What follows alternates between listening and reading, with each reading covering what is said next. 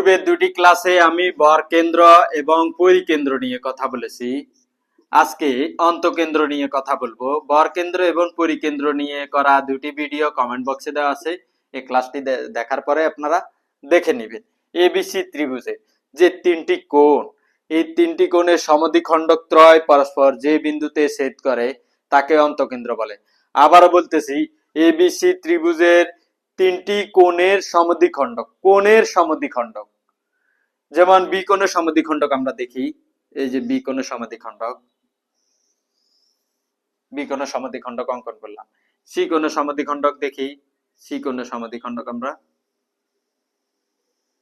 অঙ্কন করলাম। তদ্রূপ এ কোণের সমদ্বিখণ্ডক, এই সমদ্বিখণ্ডক ত্রয় বা সমদ্বিখণ্ডক তিনটি পরস্পর যে বিন্দুতে ছেদ করে সে ছেদ বিন্দুটি হচ্ছে অন্তকেন্দ্র। অন্তকেন্দ্র ত্রিভুজের ভিতরে অবস্থান করে। আরেকটা বিষয় আপনারা মনে রাখবেন, অন্তকেন্দ্র থেকে ত্রিভুজের তিনটি বাহুর দূরত্ব সমান। বিপরীতভাবে বলা যায়, ত্রিভুজের তিনটি বাহু থেকে অন্তকেন্দ্রের দূরত্ব সমান। আপনি দুইভাবে বলতে পারেন, হয় অন্তকেন্দ্র থেকে ত্রিভুজের তিনটি বাহুর দূরত্ব সমান, অথবা ত্রিভুজের তিনটি বাহু থেকে অন্তকেন্দ্রের দূরত্ব সমান।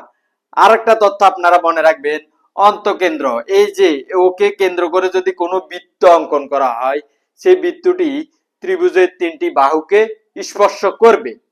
যেহেতু অন্তকেন্দ্র থেকে তিনটি বাহুর দূরত্ব সমান, তাহলে এই অন্তকেন্দ্রকে কেন্দ্র করে যদি আপনি কোনো বৃত্ত অঙ্কন করেন, তাহলে সেই বৃত্তটি ত্রিভুজের তিনটি বাহুকে স্পর্শ করবে।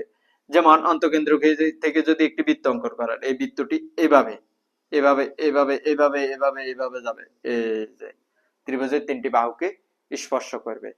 এই কয়েকটি তথ্য আপনারা মনে রাখবেন। আর বরকেন্দ্র আর পরিকেন্দ্র ভিডিও লিংক কমেন্ট বক্সে দেওয়া আছে, দেখে নেবেন।